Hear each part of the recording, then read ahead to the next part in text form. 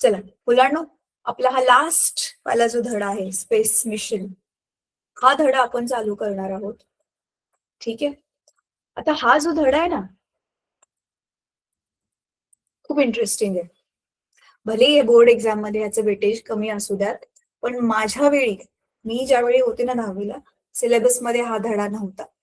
आता का बरं टाकला असेल मला सांगा. तुमच्यापैकी मिशन मंगल मूवी कोणी बघितले का? मिशन मंगल मूवीच नाव आहे मिशन मंगल. ती मूवी कोणी बघितली का? तो पिक्चर कोणी बघितलाय का? नाही बघितलं, बरं काय हरकत नाही. तुम्हाला हे माहितीये भारताने चंद्रयान शब्द ऐकलाय तुम्ही? Yes ma'am. Abhishek? Yes ma'am. Abhishek? Yes ma'am. हा, मग चंद्रयान बद्दल काय माहितीये तुम्हाला? मॅम चंद्रयान 3 गेलेले तर 3 गेलेले आहेत. अच्छा, सांग अजून थोडं, अजून जेवढं काय माहितीये सांग बेटा.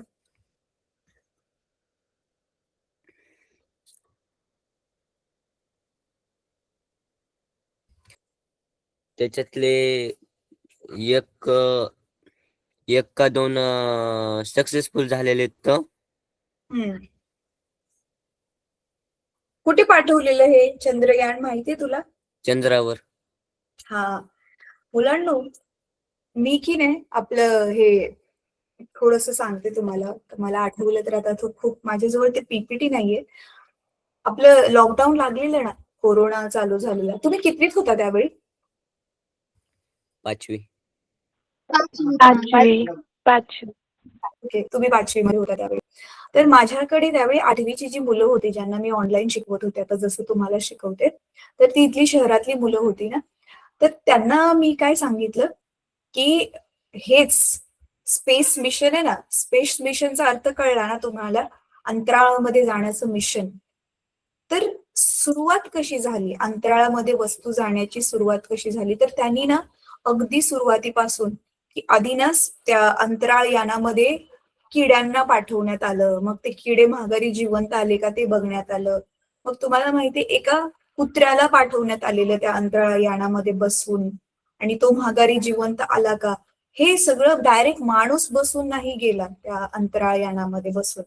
ओके, तर त्यांनी ती सगळी अशी हिस्ट्री काढलेली, आणि ती सगळ्या ज्या गोष्टी होत्या ना, एक एक एक एक माहिती ते मुलं जी देत गेली ना, ती खूप खूप इंटरेस्टिंग होती.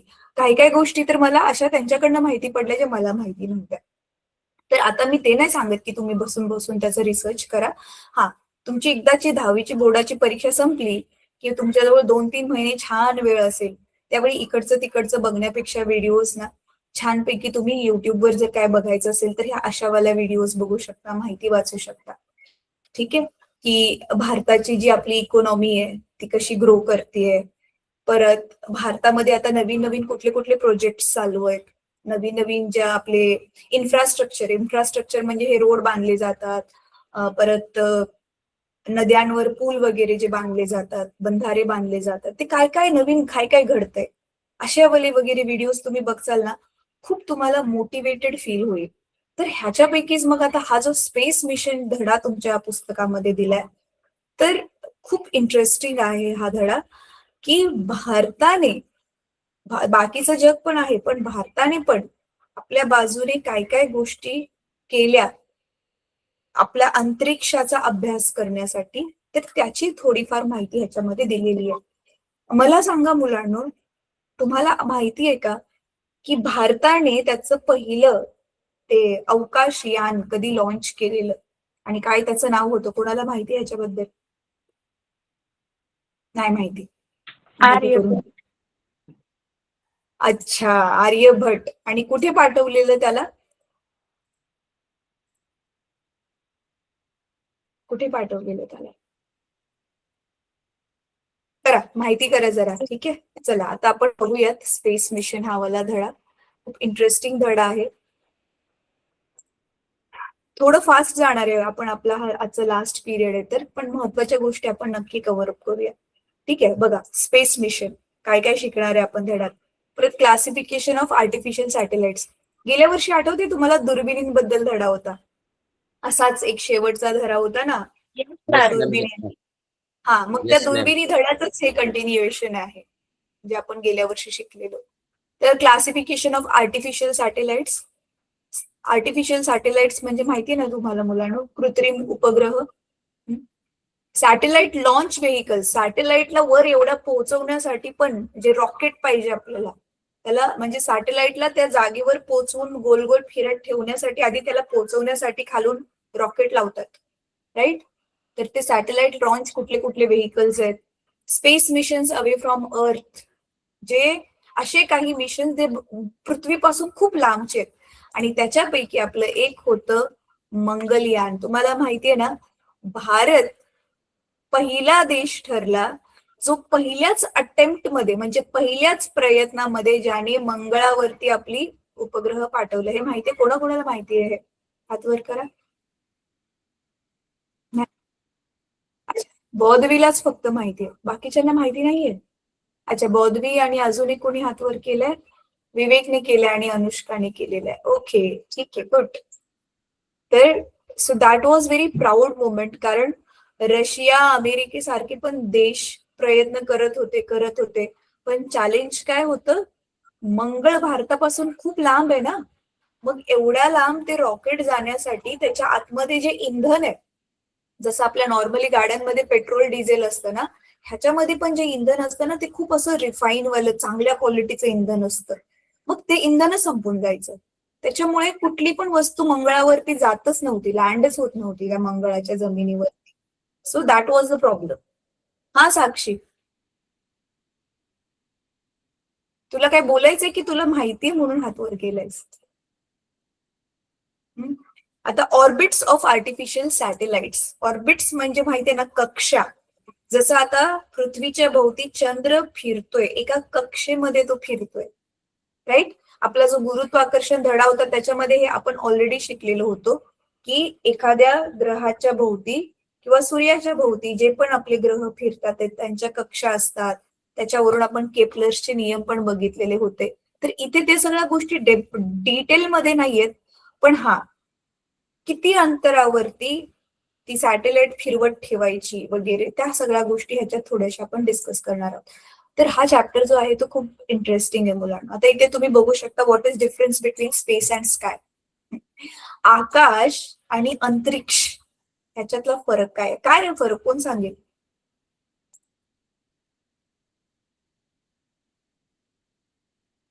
परत, what are the different objects in solar system, what is mean by satellite, and how does natural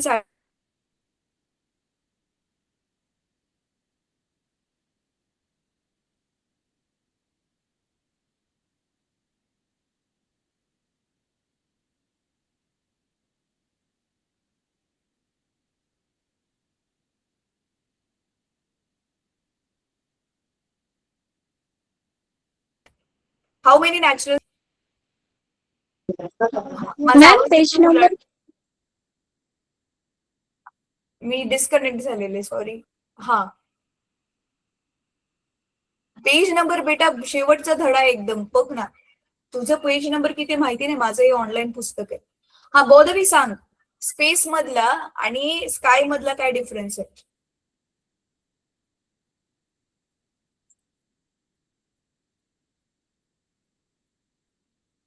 आकाश जे आपल्याला दिसतं ते आकाश आहे, आणि जर पृथ्वीच्या खूप लांब गेलं तर अवकाश आहे. ठीक आहे, बरोबर. मुलांनो, आपलं हे जे पृथ्वीच्या भोवती वातावरण आहे, त्या वातावरणामुळे दिवसा जे आपल्याला हे निळा निळा रंग दिसतो आकाशाचा, ते आपल्यासाठी ऍक्च्युली स्काय आहे, आकाश आहे. आणि स्पेस म्हणजे काय? अंतरिक्ष, जे आपल्याला दिसत नाहीये त्याच्या पण पुढचं आहे ते, ज्याच्यामध्ये खूप सारे वेगवेगळे मग ग्रह आहेत, बाकीचे पण वस्तू त्याच्यामध्ये प्रेझेंट आहेत. जसं की आकाशगंगा आहेत, धूमकेतू आहेत, ज्याला आपण इंग्लिशमध्ये म्हणतो गॅलेक्सीज आहेत, ऍस्ट्रॉइड्स आहेत, मिटिओर्स आहेत. अच्छा, अजून दुसरा क्वेश्चन काय होता? Different objects in the solar system. आपल्या सौर्य मंडलात कुठल्या कुठल्या वस्तू आहेत त्याची नावं विचारले, सांगा लवकर. चला चला पटकन. सूर्य, प्लॅनेट,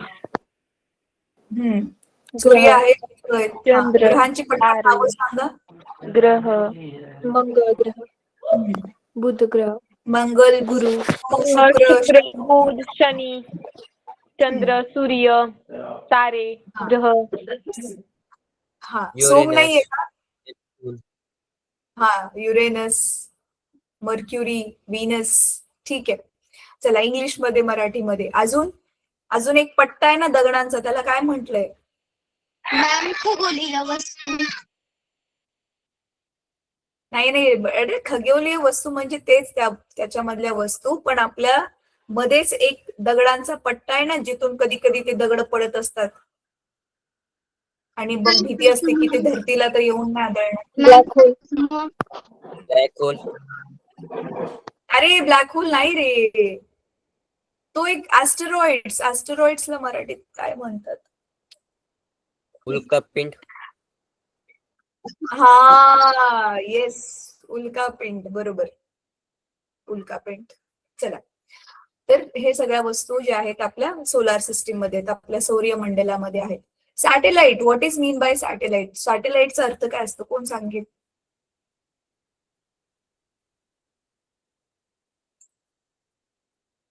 सॅटेलाइटचा अर्थ काय असतो? हो, हा, सांगा सांगा, अनम्यूट करून सांगा पटकन. सौरमंडलाच्या एखाद्या ग्रहाच्या भोवती ग्रहाच्या कक्षेत फिरणाऱ्या खगोलीय वस्तूला उपग्रह असे म्हणतात. हा, सॅटेलाइट म्हणजे उपग्रह, बरोबर. एखाद्या वस्तूच्या भोवती जी दुसरी वस्तू फिरते, स्पेशली ग्रहाच्या भोवती, त्याला उपग्रह, ग्रहाच्या भोवती म्हणून उपग्रह. आपल्या पृथ्वीकडे किती सॅटेलाइट्स आहेत? एक, पृथ्वीकडे किती सॅटेलाइट्स आहेत मुलांनो?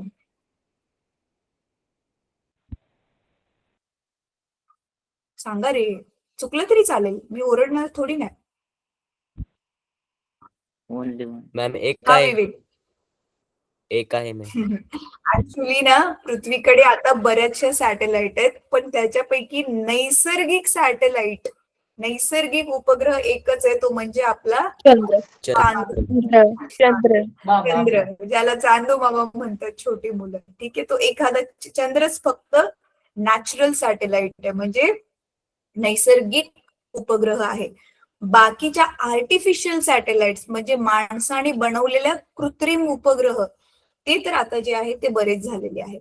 ठीक आहे, आता स्पेस मिशनची गरज का पडली, इथे त्यांनी थोडंफार दिलेलं आहे. आणि इथे हे बघा, हा वाला पॅरेग्राफ आपण थोडस वाचूयात. बघा, इथे काय दिलेलं आहे?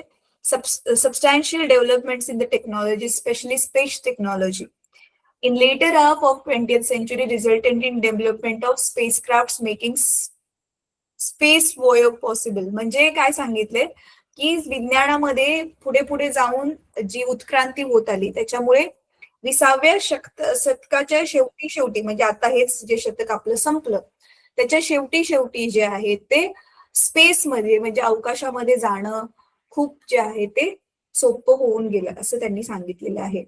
आता इथे काय दिले, we classify space missions into 2 categories, 2 भागांमध्ये आपण डिवाइड करतोय ह्यांना. काय आहे पहिलं? The objective to put artificial satellites in the orbit around the earth for research. पहिला भाग काय आहे की आर्टिफिशियल सॅटेलाइट्स, कृत्रिम उपग्रहांना पृथ्वीच्या भोवती फिरण्यासाठी लॉन्च करणं. कशासाठी? रिसर्च करण्यासाठी. आणि बाकीचे आणखी महत्वाचे जे त्याचे आपल्याला फायदे आहेत. आता काय फायदे आहेत? ह्या कृत्रिम उपग्रहांमुळे आपल्याला हवामानाचा अंदाज लागतो. कुठली जर वादळ वगैरे येणार असेल किंवा दुसरी कुठली पण प्राकृतिक आपदा येणार असेल, नॅचरल कॅलॅमिटी येणार असेल, तर त्याच्याबद्दल पण आपल्याला पूर्व माहिती मिळते. परत हे जे आपण टीव्ही वगैरे बघतो, मोबाईलचे जे आपल्याला सिग्नल्स मिळतात, ह्याच्यामध्ये पण ह्या आर्टिफिशियल सॅटेलाइटचा रोल असतो. तर अशा प्रकारे ह्या सॅटेलाइट्स का लॉन्च केलेल्या जातात, पृथ्वीच्या भोवती गोल गोल फिरत का ठेवलेल्या जातात? ह्या सगळ्या कारणांमुळे, रिसर्च कारणांमुळे, त्याचे वेगवेगळे उपयोग.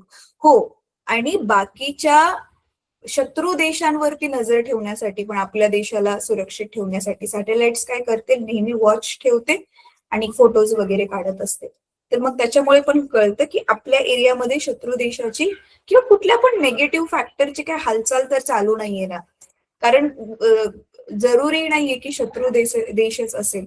काही काही माणसं अशी असतात जी नकारात्मक वृत्तीची, ती देश बिश काय बघत नाही, त्यांना फक्त आपल्यातली निगेटिव्हिटी बाहेर काढायची असते, काही ना काहीतरी क्राईम करतात. मग त्या गोष्टीसाठी पण ह्या सॅटेलाइटचा जो आहे तो यूज होतो आपल्याला. Second objective, the objective of second type of mission, दुसऱ्या टाइप काय आहे, is to send spacecrafts to outer space for close observations and understanding objects in solar system or even outside the solar system. आपल्या सौरमंडलाच्या आतमध्ये किंवा even त्याच्या बाहेर काय चाललंय त्याचा शोध घेण्यासाठी पण आपण हे स्पेस क्राफ्ट म्हणजेच ही अंतरिक्षातली यानं काय म्हणतात अवकाश यानं आपण पाठवतो. जसं की आता मंगळावर पाठवलं, मंगळावर मंगलयान पाठवलं. का बरं? मंगळावरच्या जमिनीचे तो फोटो काढून पाठवेल. चंद्रावरती चंद्रयान पाठवलं, चंद्रावरचे तो फोटो काढून पाठवेल. आता मुलांनो बघा, आय नो हा व्हिडिओ रेकॉर्ड होतोय तरी पण आय वॉन्ट टू से की हे चाललंय सगळं, बट माझं पर्सनल असं मत आहे की त्याच्यामध्ये खूप पैसा जातो आणि प्रॅक्टिकली चंद्रावर राहणं, मंगळावर राहणं किती जरी माणसाने म्हटलं पॉसिबल नाहीये, ते इम्पॉसिबल गोष्ट आहे, असं होऊच नाही शकत. कारण त्याच्यासाठी खूप सारे वेगवेगळे फॅक्टर्स आहेत आणि आता ते सगळं डिस्कस नाही करू शकत आपण. पण ठीक आहे, केलंय आपलं त्यांनी. आता चंद्रावरती जाऊन बघितलं, मंगळावरती पण पाठवलंय मंगलयान. तर मग हे जे आपली जी 2 मिशन होती ना, ही सेकंड कॅटेगरी मधली येणार, चंद्रयान आणि मंगळयान पाठवायचे. बाकीचे जे अजून काही मिशन्स आहेत ते आपली फर्स्ट कॅटेगरी मध्ये येणार, की पृथ्वीच्या भोवती सॅटेलाइट गोल गोल गोल गोल फिरायला सोडली आहे, जे आपल्याला फोटोज काढून पाठवते, हवामान खात्याची माहिती देते, हवामानाची आपल्याला माहिती देते, अजून पण टीव्हीचे सिग्नल्स वगैरे ट्रान्सफर करते. हे सगळं त्याच्यामध्ये येणार फर्स्ट कॅटेगरीमध्ये. कळलं फर्स्ट सेकंड कॅटेगरी काय आहे स्पेस मिशनची? Yes ma'am. Yes ma'am. पुढे जाऊन जर तुम्हाला मुलांना पुढे जाऊन जर तुम्हाला चान्स भेटला ना, अशा कुठल्या ठिकाणी सायन्स घेतलं तुम्ही आणि रिसर्च मध्ये गेला फिजिक्स घेऊन, तर तुम्ही फर्स्ट कॅटेगरीलाच निवडा. सेकंड कॅटेगरी एक्साइटिंग वाटते की चला बाहेरचा शोध घेऊया की काय चाललंय पृथ्वीच्या बाहेर, but it is of no use. त्याच्यामध्ये करोडो अब्ज रुपये खर्च होतात आणि काय फायदा नाहीये त्याचा. अच्छा, आता पुढे हे मी ऑलरेडी सांगितलं. Where does the signal in your cellphone come from? Where from does it come in mobile towers? हे सगळं ऑलरेडी आपण डिस्कस केलेलं आहे. ठीक आहे, कुठून कुठून काय काय होतं हे ते दाखवले शॉर्ट मध्ये. तुम्हाला दिसते मुलांनो? हे बघा, सिग्नल इथे जातोय सॅटेलाइट मध्ये, सॅटेलाइट मधून तो टॉवर्सला, मोबाईलच्या टॉवर्सला पाठवला जातोय, तिथून आपल्याला मोबाईल मध्ये हा सिग्नल मिळतो. ठीक आहे, communication by artificial satellites. Need and importance of space missions. Space मिशन्सची काय गरज काय आहे आणि त्याचं महत्व काय आहे हे ह्याच्यामध्ये शॉर्ट मध्ये सांगितलेलं आहे. तर हे तुम्ही जरा मुलांना स्वतःहून वाचून काढा. सोपं आहे, तुम्हाला वाचल्यावरच कळेल, कारण त्याची जी माहिती आहे मी तुम्हाला ऑलरेडी एक्सप्लेन केलेली आहे. बघा हे पण इथे, during war it is possible to get information about actions of enemy through aerial surveillance. Aerial surveillance म्हणजेच हवेमधून दृष्टी राखून ठेवणं, काय काय चाललंय त्या घटनांवर, जसं सीसीटीव्ही कॅमेरा असतो ना तशा टाइप मध्ये. ठीक आहे, तर हे ऑलरेडी मी तुम्हाला एक्सप्लेन केले, ह्याला जरा वाचून टाका. आता आर्टिफिशियल सॅटेलाइट्स ह्या भागावरती मुलांना तुम्हाला प्रश्न येऊ शकतात. हे बघा दिसते इथे की हा जो तक्ता आहे खूप महत्वाचा आहे, कितल्या कुठल्या टाईपचे सॅटेलाइट असतात, त्यांचं काम काय असतं आणि भारताने आतापर्यंत काय काय केलेलं आहे किंवा दुसऱ्या देशांनी पण आता काय काय केलेलं आहे ते ह्याच्यामध्ये दिलेलं आहे. सगळ्यात आधी म्हणजे काय, आर्टिफिशियल सॅटेलाइट काय असते? आर्टिफिशियल सॅटेलाइट म्हणजे कृत्रिम उपग्रह जो माणसाने निर्माण केला आणि पृथ्वीपासून रॉकेटच्या साहाय्याने त्याला खूप जास्त स्पीडने हवेमध्ये सोडलं जातं. मग तो एका त्या हाईटला पोहोचतो ज्या हाईटला तो खाली पडत नाही, गुरुत्वाकर्षण बलाच्या त्या लेवलवर पोहोचलाय की जिथे गुरुत्वाकर्षण बल त्याला स्वतःकडे खेचते पण एवढं नाही खेचते की तो खालीच पडेल, जशी वस्तू खाली पडते. पण त्या गुरुत्वाकर्षण बलामुळे तो गोल गोल गोल गोल फिरायला लागतो, जसं आपला चंद्र फिरतोय पृथ्वीच्या भोवती. मग त्याला आपण म्हणतोय कृत्रिम उपग्रह, म्हणजे आर्टिफिशियल सॅटेलाइट आपण त्याला म्हणतोय. आता इथे बघा, the first artificial satellite Sputnik, हे 1 मार्काला वगैरे प्रश्न येऊ शकतात की कुठलं काय नाव होतं, कधी लॉन्च केलेली होती. Was sent to space by Soviet Union 1957. हे बघा, इथे फिगर बघायला सांगितले. आता हे सोव्हिएत युनियन काय माहिती मुलांना तुम्हाला? 10वीच्या इतिहासामध्ये कदाचित तुम्ही जर वाचलं असेल तर सोव्हिएत युनियन काय माहिती का?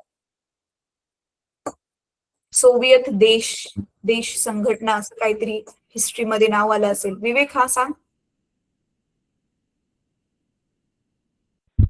मी सांगते.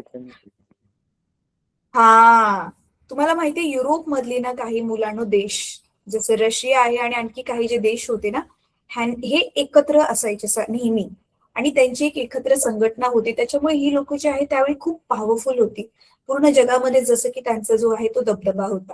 आणि मग ह्या देशांनी मिळून मग हा उपग्रह जो आहे तो लॉन्च केलेला होता. पण नंतर मग काय झालं, काही रिझनमुळे मग हे जे सोव्हिएत युनियन आहे ते ब्रेक झालं. आणि मग आता हे जे रशिया आणि युक्रेनचं वॉर चाललेलं आहे, ऍक्च्युली हा युक्रेन पण आधी त्या सोव्हिएत युनियनचाच एक पार्ट होता. पण मग आता पुढे काय झालं, ते सोव्हिएत युनियनचं का झालं आणि हे युक्रेन आणि रशियाचं वॉर का चालू आहे, हे सगळी माहिती तुम्हाला इंटरनेटवर मिळेल. म्हणून मी म्हटलं इकडच्या तिकडच्या व्हिडिओज ज्या ना, रियालिटी जास्त एंटरटेनिंग आणि इंटरेस्टिंग असते, कारण एकतर ती रिअल असते आणि दुसरं हे एवढं काय काय चाललंय ते आपल्याला अजून माहिती पण मिळते आणि ती जास्त रोमांचक वाटते खरी खरी असल्यामुळे. ठीक आहे, तर ते आता तुम्ही नंतर ना बघा, त्याच्यावरती रिसर्च करा. तर ही सोव्हिएत युनियनने हा स्पुटनिक नावाचा जो आहे तो पहिला आर्टिफिशियल सॅटेलाइट सोडलेला होता. बघा, आता इथे बघू शकता तुम्ही, today more than 1000 satellites are orbiting the earth. कळतंय, सगळ्या देशांचे मिळून 1000 पेक्षा पण जास्त उपग्रह पृथ्वीच्या भोवती फिरतात. तुम्ही म्हणत असाल की आकाशात बघितलं काही दिसत तर नाही. ते नाही दिसणार आपल्याला, खूप जास्त उंचावर आहे. पण बघा, आता फक्त चंद्रच नाहीये की पृथ्वीच्या जो गोल गोल गोल गोल राऊंड फिरतोय, अजून खूप सारे असे हजारो सॅटेलाइट्स आहेत. ठीक आहे, the satellites work on solar energy. हे ह्यांनी एकदम भारी केलं, नाहीतर एवढं त्यांना इंधन कुठून देणार, म्हणून ते सोलार एनर्जीवरच काम करतात. म्हणून बघा, तुम्ही ह्यांचं जर चित्र बघितलं ना, ह्याला बघा सोलार पॅनल्स लावलेले असतात. गेल्या वर्षीच्या पुस्तकात होतं, ह्या वर्षीच्या पुस्तकात मला फोटो नाही दिसत. हा, दिसलं, हे दिसतंय, हे राईटला लेफ्टला, हे जे एवढं लांब लांब लांब लांब पसरलेलं दिसतं आपल्याला, हे सोलार पॅनल्स आहेत. म्हणजे त्यांना जेवढी पाहिजे तेवढी सूर्याकडून सौर ऊर्जा मिळेल आणि त्याच्यामुळे मग काय होईल, ते फिरत फिरत फिरत राहण्यासाठी त्यांना इंधन मिळत राहील. तर हे बघा, हे स्पेस लॉन्चर म्हणजेच हे रॉकेट असतं. तर दिसते तुम्हाला हे स्पेस शटल. परत separation of booster rocket, boost वरती बूस्ट करायला म्हणजे पाठवण्यासाठी खूप बघा, आधी छोटे छोटे रॉकेट्स आहेत, हे मोठे रॉकेट्स आहेत. त्या मोठ्या रॉकेटमध्ये पण हे पार्ट्स असतात, 1 2 3 4. एका काय होतं, आधी खालच्यातलं इंधन जळतं, मग ते खाली पडतात, मग ह्याच्यातलं इंधन जळेल, ह्याच्यातलं, असं एक एक एक पार्ट मधलं इंधन जळत जळत जळत ते पडत जातं आणि मग शेवटी राहते फक्त सॅटेलाइट, आणि ती त्या उंचीवर पोचली की गोल गोल गोल गोल फिरायला सुरुवात करते. तर ह्याचा ना व्हिडिओ मुलांना तुम्ही नक्की बघा. सॅटेलाइटला लॉन्च करण्याचा व्हिडिओ युट्यूबवर भेटेल, launching of satellite in the space. मस्त पैकी ते एक एक तुटलेलं पण दिसेल आणि मग ती हळूच ती सॅटेलाइट तिचे ते पडदे असे ओपन होतात आणि ती गोल गोल गोल गोल फिरायला. It's is so interesting. ठीक आहे, आता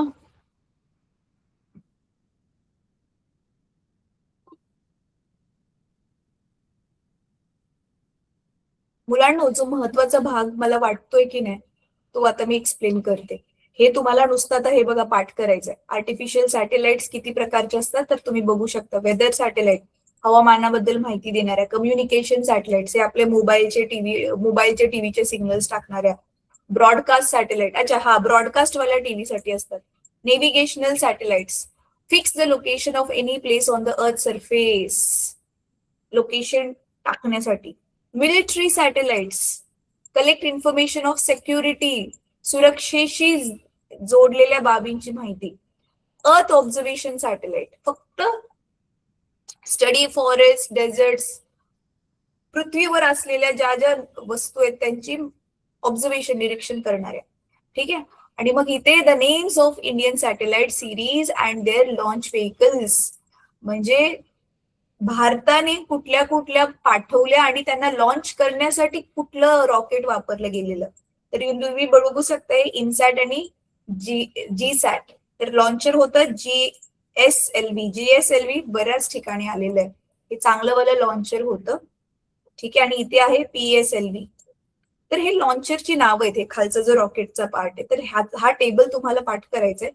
आता मी जे म्हटली ना महत्वाचं जे आपल्याला येणार आहे, तर आपला जो गुरुत्वाकर्षण धडा होता की नाही मुलांना, त्याच्यामध्ये बघा होती क्रिटिकल वेलॉसिटी. क्रिटिकल वेलॉसिटी आठवते तुम्हाला? क्रिटिकल वेलॉसिटी मध्ये नाव काय दिलेलं मराठीमध्ये? हे VC होते ना रे, जी अशी एवढी गती की जेणेकरून तो गोल गोल गोल गोल फिरत राहील. आणि दुसरी एक होती ती होती एस्केप वेलॉसिटी. मुक्तिवेग. हा, मुक्तिवेग. येस. एक होता बघा इथे तुम्हाला आपला हा गुरुत्वाकर्षण धड्याच्या इकडे एक होता मुक्तिवेग, एस्केप वेलॉसिटी. आणि आज आपण शिकणार आहोत क्रिटिकल वेलॉसिटी. क्रिटिकल वेलॉसिटीचं मराठीत काय नाव आहे बेटा? हा बघा, हा लास्ट वाला जो टॉपिक होता तुम्हाला, हा हे बघा दिसते एस्केप वेलॉसिटी. एस्केप वेलॉसिटी साठी आपण नाव दिलेलं VESC नाव दिलेलं होतं तुमच्या पुस्तकात. VESC. आता इथे काय होतं, अशी एवढी गती देणं वस्तूला की ती पृथ्वीच्या गुरुत्वाकर्षणाच्या बाहेरच पडून जाईल, निघून जाईल.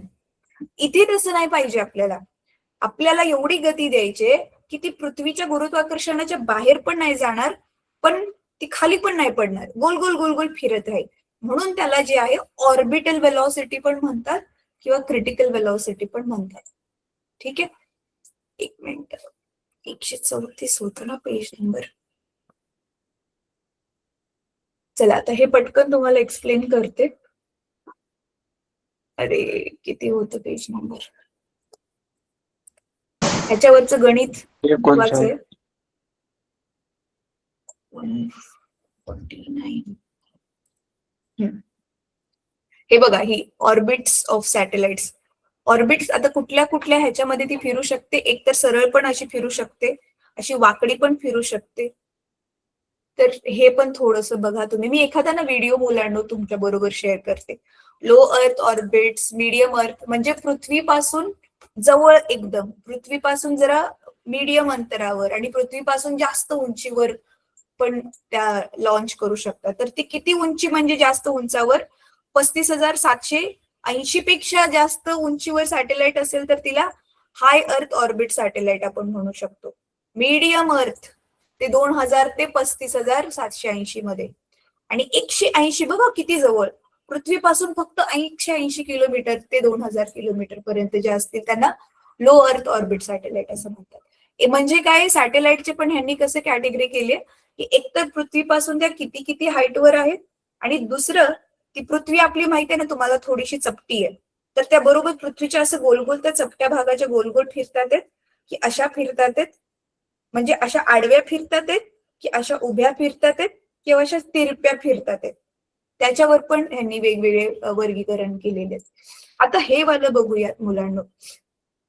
Critical velocity. क्रिटिकल वेलॉसिटी काय आहे बेटा? मराठीत ह्याचं काय नाव आहे सांग बरं. क्रिटिकल वेलॉसिटीचं मराठीत काय नाव दिले मराठीवाल्या पुस्तकामध्ये?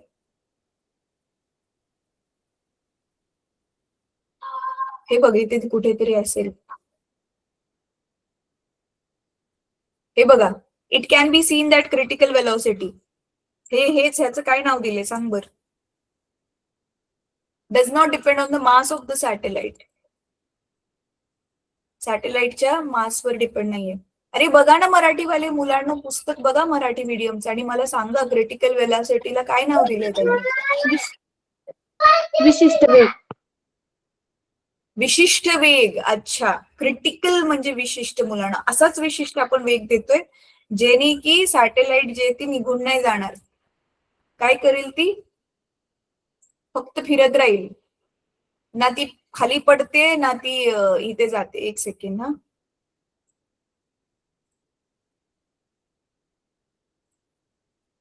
चुकून वेगळ्या विंडोवरती क्लिक केलं. थांबा 1 मिनिट मुलांना.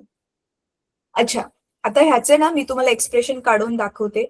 जर जमलं तर पटकन गणित सोडूया, नाहीतर गणित तर तुम्हाला येईलच. हे सूत्र कसं आलंय हे कळल्यानंतर.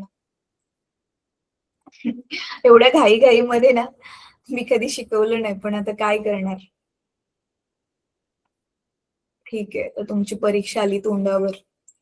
आपण ऍक्च्युली क्लासेस लेट चालू केली ना ह्या वर्षी, त्याच्यामुळे. आणि मला तुमचं आठवड्यातून एकच पिरियड घ्यायला जमायचं, 2 पिरियड घ्यायलाच नाही जमायचे. माझा व्हाईट बोर्ड दिसतोय? Yes ma'am. मॅडम दिसतोय. ठीक आहे, चला आता मी सांगते की काय चाललंय आपल्या इथे.